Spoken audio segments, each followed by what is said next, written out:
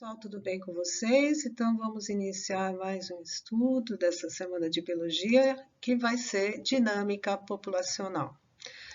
Pessoal, a dinâmica populacional nós já estávamos estudando desde o começo do bimestre. É que eu fragmentei e agora resolvi fazer uma aula só para poder explicar tudo, tá? Então, vamos lá. Bom, a dinâmica populacional ela vai abranger o quê? É o estudo das populações em sentido de como ela está, se ela está grande, se ela está pequena, se ela está estável. Vai estudar as populações em nível de sua dinâmica numérica, né? E depois, logicamente, a gente vê qual é a problemática que possa estar ocorrendo, né? Mas, primeiramente, seria isso. Quando você começa a estudar a dinâmica, o primeiro estudo que a gente faz é de densidade, gente. A gente conta a quantidade de indivíduos pelo espaço, né, que ele está, ou esporadicamente um espaço para ter uma noção de quantidade, né? Isso a gente consegue ter a densidade populacional. A densidade ela é afetada diretamente pelas seguintes taxas, né? Por taxas que aumentam a população, que no caso é a natalidade e a imigração, e taxas que diminuem a população, que é a mortalidade e a imigração. Para a gente saber como está essa densidade em relação a essas taxas, a gente sempre junta as populações, as taxas que aumentam e compara com as taxas que diminuem. Então, aqui, né, se você tem a quantidade de natalidade e de imigração maior que as taxas que diminuem a população, no caso, a mortalidade e a imigração, logicamente a população está crescente, né? Ela está aumentando. Né? Agora, se as taxas que aumentam, né, natalidade e imigração estão menores, né, que as taxas que diminuem, no caso de mortalidade e de imigração, logicamente a população está decrescente, ela está diminuindo, né, ela está reduzindo. Mas se ambas as taxas, né, de aumento, né, natalidade e imigração e as que diminuir, mortalidade e imigração estiverem iguais, logicamente a população estará estável, né, ou equilíbrio. Então, basicamente seriam essas taxas que a gente consegue determinar a densidade, né? Mas existem outros fatores, né, que nós vamos estudar agora, que são os fatores limitantes do crescimento populacional.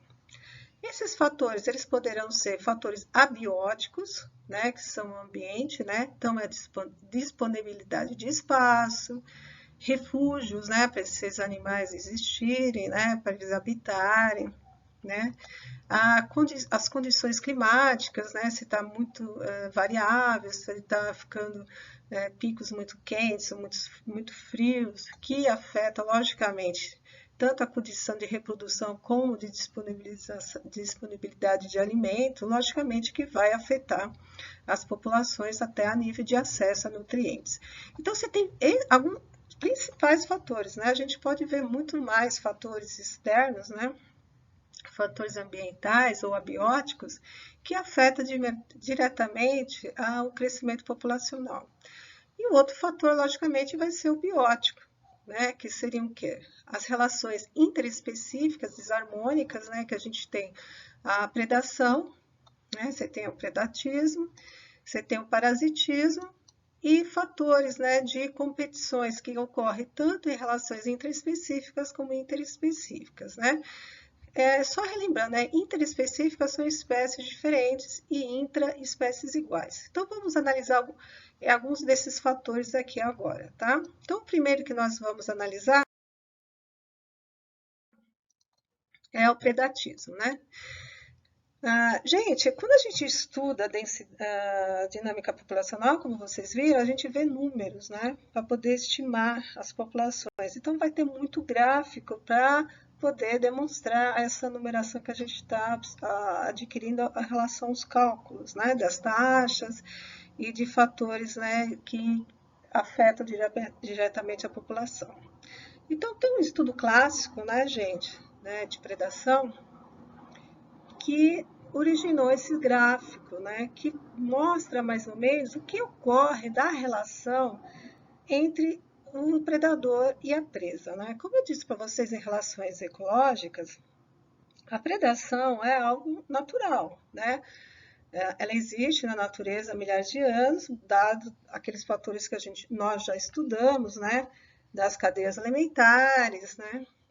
Do fluxo de energia e de matéria, e pelos gráficos que a gente vê das pirâmides, né? Ecológicas e nível de energia, de matéria e de número. Então, a gente está, na verdade, juntando tudo que a gente viu até agora para poder entender essa relação real dos predadores com as presas. Gente, o predador e a presa, eles coexistem, né? Eles vivem junto, eles evoluem junto. Nós chamamos de...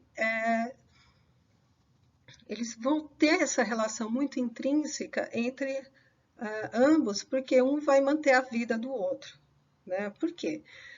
As presas, gente, eles já têm uma condição de sobrevida, eles sabem que eles vão ser predados, né? Então, o que vai acontecer? Eles conseguem gerar muito proles, né? Eles conseguem ter muitos filhos. E esses filhos, de certa maneira, alimentam a cadeia alimentar, tá? Isso já é intrínseco deles, né? Por causa dessa coevolução que eles têm com todos os seres vivos que vivem em volta deles, principalmente os predadores. E os predadores, logicamente, eles vão ter menos quantidade de filhos, porque eles sabem que eles não têm alimento suficiente para todos eles, né, de toda a prole que ele vai gerar. Então, essa coevolução entre eles faz com que haja um equilíbrio populacional, né? Porque assim, o predador ele preda a quantidade excessiva de filhos que a presa tenha. E a presa, ele não pode ter uma quantidade muito grande de filhos, porque senão ele acaba com todo o alimento, né? Ele acaba com tudo o que eles consomem. E isso faz com que afete toda a cadeia alimentar. Então, essa coevolução, ela já vai existir a nível de reprodução e mesmo a nível de sobrevida. Por quê? Existe na natureza a seleção natural, né? Sempre o mais apto é que vai sobreviver. Então, o que vai acontecer? A presa, né, o predador no caso, desculpa, o predador no caso, ele vai eliminar as presas mais fracas, né? As que não têm condições de sobrevida, né? Então, é um animal que está doente, é um animal que ele tem genes que não são favoráveis, que criam um ser com alguma aberração, ele nasceu cego, ele nasceu com alguma outra anomalia, ele está velho. Então, tem vários fatores que impedem que ele sobreviva naquele ambiente, né? Então, o que o predador faz? Ele vai e elimina ele. Eliminando esse, por quê? O que vai acontecer? Ele não passa as suas características genéticas para frente, ou seja, são genes que não são favoráveis, né, pela própria espécie, não o indivíduo, né? A gente tem que entender a nível de espécie, tá? Então, na verdade, o predador, ele elimina, né, de uma forma mais científica dizer, ele elimina da natureza as espécies não adaptadas ao ambiente, né? Ou espécies que já estão velhas, né? Já estão doentes demais, já não conseguem mais sobreviver, eles vão morrer de alguma forma, né? E os que sobrevivem ao ataque do predador, eles são sempre mais fortes, mais adaptáveis ao ambiente. Então, essa coevolução ela já existe há milhões de anos, né? Desde que essas espécies surgem no planeta. Uma vai fazer com que a outra sobreviva. Porque se não existir a presa, logicamente os predadores não vão conseguir se alimentar, porque eles são topo de cadeia. E os predadores, eles sempre mostram se o ecossistema está sadio, porque se existe predador, é porque o fluxo de energia está ocorrendo. Então, tem toda uma cadeia que ela está sendo mantida. Se não tiver o predador, logicamente as presas vão aumentar e vai ocorrer o desequilíbrio ambiental, que é o caso que a gente tem que a gente viu isso, né, nas plantações com as pragas.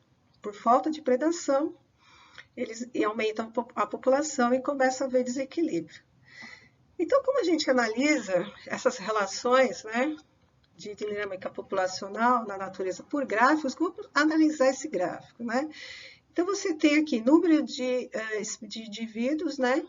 No caso, vai ser dos linces e da lebre, tá? A lebre é um coelho selvagem, tá, gente? E em relação ao tempo. né? Então, um estudo antiguíssimo, né, de 1845, que foi até 1935. Então, se estudou essas duas populações, como é que elas sobreviviam juntas, né?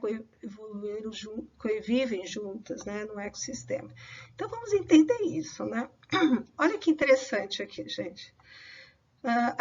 Essas pontilhadas são as lebres. A quantidade de lebres, ela estava em equilíbrio com a população de linces, né? Até o momento que eles começam a cair. Começa a cair a população de lebres, os linces começam a cair. Olha que interessante, um cai junto com o outro. Por quê?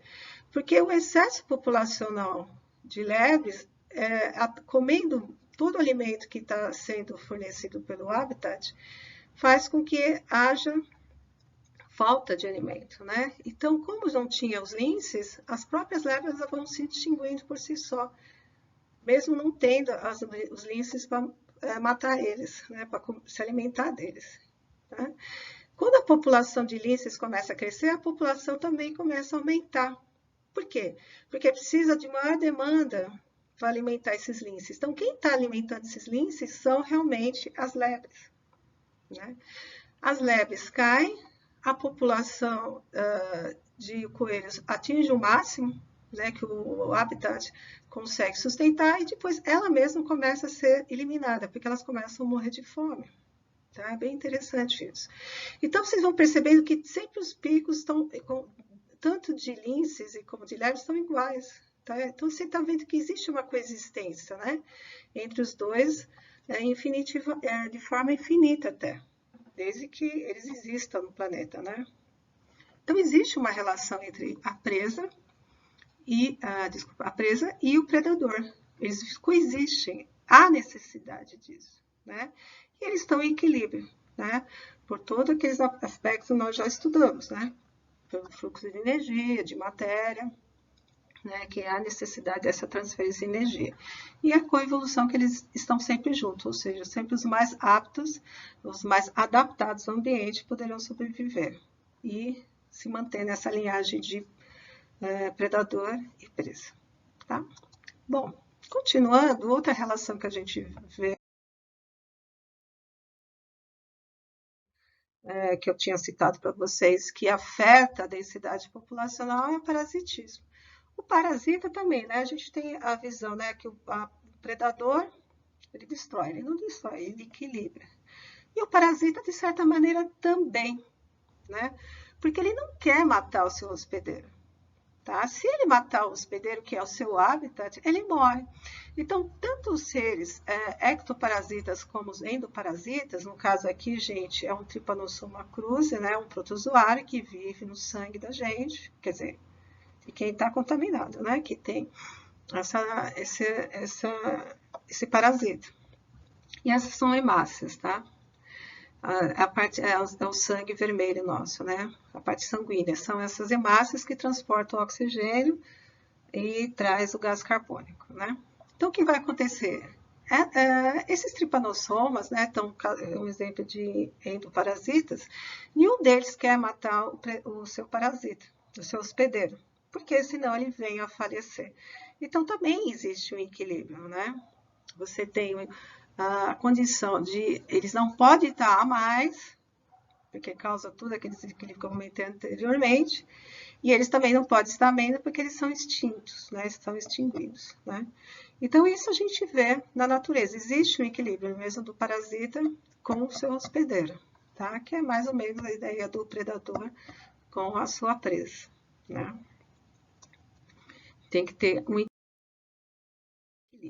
Então, o que vocês percebem? Outra relação, né? A competição.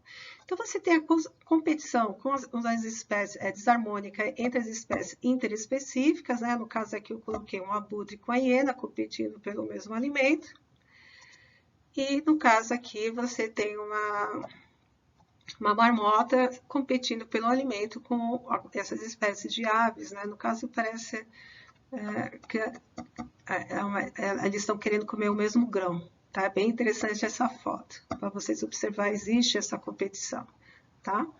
E a outra competição entre espécie intraespecífica, no caso, dois ursos, né? Devem ser dois machos brigando pela fêmea. ou mesmo pelo alimento, pode ocorrer, logicamente. E aqui no caso nosso brasileiro, que é dois carcarás brigando. Né? As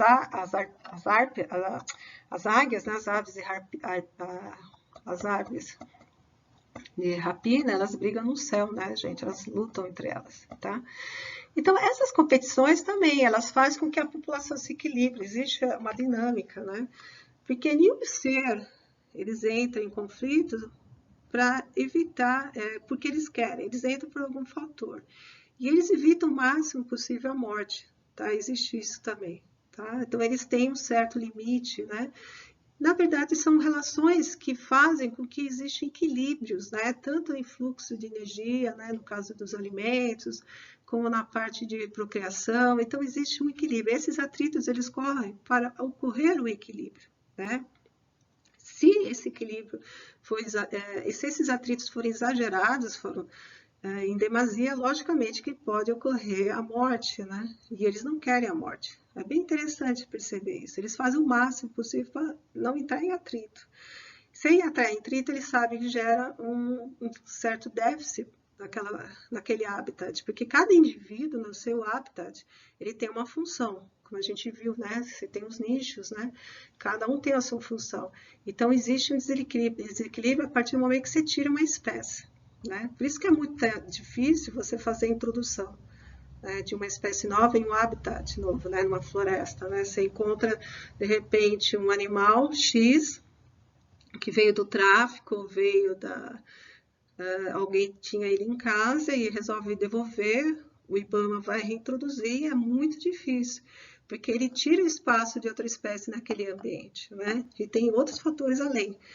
Então, que pode levar à competição e isso não é legal. Então, é muito difícil a reintrodução de uma espécie. Por isso que quando você tira uma espécie de um habitat, de um ecossistema, dificilmente você consegue colocar de novo. Primeiro que você domestica ele e ele não sabe mais sobreviver. E o outro é para como ele vai conseguir ter o seu espaço naquele ecossistema de novo.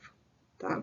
Então, não é por isso que a gente tem que parar de tirar os animais do ecossistema, né, do habitat deles, porque você mata ele. Você tirou um animal, você já está matando ele, porque ele nunca mais vai ser reintroduzido. E se ele não vai ser mais reintroduzido, como é que você vai manter a linhagem dessa espécie? Né? É algo para vocês pensarem. Bom, outros fatores, né, que a gente tem que analisar é o potencial biótico e a resistência ambiental. Gente, o potencial biótico é fácil compreender, é a condição de procriação. É quanto aquela espécie procria se não tivesse nada que impedisse o seu desenvolvimento, né? Ou seja, a sua procriação. Então, seria mais ou menos você colocar um casal de ratinhos numa caixa e observar o quanto ele vai procriar, né? Dando alimento suficiente, água suficiente,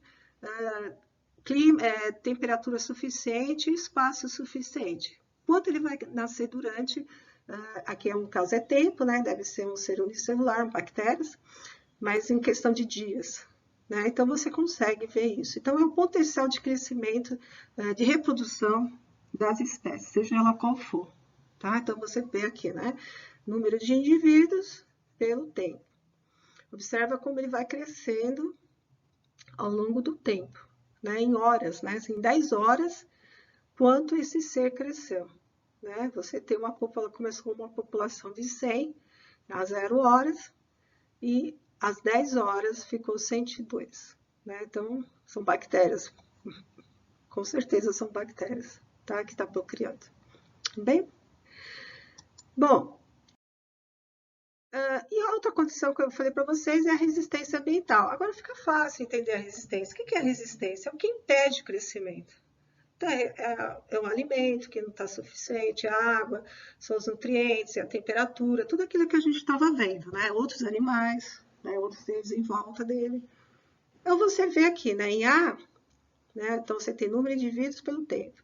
E a população está estável. Então, faz de conta que você tem uma área, você colocou algumas espécies lá, né? Indivíduos da mesma espécie. O que vai acontecer? Ele está estabilizando, começa a procriação, procria normalmente, ninguém está impedindo o seu crescimento, sua natalidade, para ficar mais fácil vocês entenderem, e o ambiente começa a interagir, começa a criar uma resistência. Em D ele já começa a entrar em equilíbrio e E ficou estável, né? Porque a população ela tende ao equilíbrio, tá? Ou seja, ao ambiente, à resistência ambiental. Então, quando você estuda uma população, você tem que ver o seu potencial biótico em relação à sua resistência, ao seu ambiente, até chegar no seu equilíbrio. Ou seja, a população está em equilíbrio com o ambiente. Em relação àquilo que eu já falei para vocês, ao processo de adaptação ao ambiente, em relação aos outros seres, né? Como é que ele coexiste com os outros seres e como ele coexiste com o que é fornecido pelo aquele ambiente e pelo fluxo de energia e de matéria. Ou seja, ele entrou na cadeia alimentar, ele já está em equilíbrio, né? Se ele conseguir manter a estabilidade populacional. Para finalizar, a gente tem um gráfico mostrando tudo isso, como é que isso ocorre, né? Então, você tem o número de indivíduos, o tempo, a mesma coisa. Você tem essa linha aqui, a preta é a linha de potencial biótico, mas o que vai ocorrer é a curva vermelha, né? Então, você tem a curva real, tá? Então, essa curva real vai mostrar o que realmente aconteceu com essa população, que eu acabei de falar. Ele entrou no ambiente, começou a procriar, entrou a resistência ambiental, e ele vai. Isso aqui é só o nível de média de que vai ser reduzida, né, pelo impacto da resistência ambiental. E quando ele chega na média dele, ele vai estabilizar. Essa média, gente, não pensa que é uma linha reta, nunca vai ser reta. Por quê? Uma hora vai ter uma demanda maior de alimento, ele vai crescer, depois ele vai diminuir, porque acabou o alimento, o ambiente modificou, está mais quente, está mais frio, e um predador apareceu, e assim por diante. Então, o que vai acontecer? Ele fica em forma de onda, tá? Mas ele sempre tem uma média. A média é essa azul aqui, gente. É a média populacional. A população não pode crescer muito, porque para se levantar é complicadíssimo. Difícil, às vezes ela não consegue voltar mais por causa de todo o processo genético, né? Porque vai reduzindo as populações e as populações não conseguem procriar de forma favorável e começa a ter anomalias genéticas. E ela não pode crescer muito porque ela acaba com toda a demanda alimentar, como eu falei para vocês. Então ela tem uma estabilidade, ela tem uma média. Ela tem um declínio que é calculado e um aumento populacional também é calculado. Então, ela sempre mantém uma média, então ela estabiliza. Ela nunca passa dessa média azul aqui, gente. Né? Então, isso daqui é uma população ideal. E aquilo que a gente estava vendo agora, né? Eu cheguei nesse ponto para poder explicar o que está acontecendo nos tempos atuais. A gente está tendo uma epidemia. O que é uma epidemia? Você tem vírus, que são parasitas, né? Que eles entram em outros corpos, no caso está sendo os corpos humanos, e ele está provocando o quê? O seu crescimento populacional. Então, é essa curva que eles falam toda hora. A curva está subindo. A curva está diminuindo. Gente, a curva é essa daqui, tá? Alguns alunos já me perguntaram que raio de curva que é essa. É essa curva. Então, o que aconteceu? No início da epidemia, o vírus começou a procriar. Se ele procriou, aumentou a sua população, né? E ele está crescendo, crescendo. Ele ainda está crescendo, tá, gente? Mas o que vai acontecer? Todo mundo, de certa maneira, vai ser contaminado. Só que o ser humano tem que criar resistência, porque não existe só esse vírus, gente. Tem várias outras doenças que a gente tem que ter contato para poder criar imunidade. Então, o que vai acontecer? Se espera que comece a ter essa estabilidade aqui, ó, que é o momento que o ser humano começa a ter imunidade. Olha que interessante. Quando ele tem imunidade, ele controla essas populações de epidemia. Tá? A gente tem várias doenças entre nós, né? A gente tem várias doenças no nosso corpo, só que a gente controla por quê? Por causa da nossa imunidade. Então, o que se espera? É esse momento de estabilização do vírus. O vírus não vai sumir. Ele vai se adaptar aos nossos corpos e vai criar, nós vamos criar imunidade, tá? Então, até chegar a esse ponto aqui, ainda tem esse tempo de subida. Então, eles falam queda é quando você, na verdade, o ser humano começa a ter imunidade, tá? Por isso que eles falam da vacina e tal, para que os vírus não cresçam mais a nível populacional e gerem o desequilíbrio, tá? Então, a aula de hoje é de extrema importância para vocês entenderem o que está acontecendo nos tempos atuais, tá? E isso que é importante vocês começarem a entender, porque nós somos seres que pertencemos à natureza de certa maneira. Apesar que a gente destrói tudo e criamos os nossos espaços artificiais, aquém, né, longe da natureza, mas a gente ainda participa dele. E às vezes esses seres surgem, né, que no caso dos vírus, das bactérias e de outros parasitas, né, que vêm e nos traz doença. Tá? Porque é uma forma de equilíbrio também populacional, se a gente for pensar nisso. Porque a nossa população, ela só cresce, né? Como eu passei para vocês nos vídeos anteriores.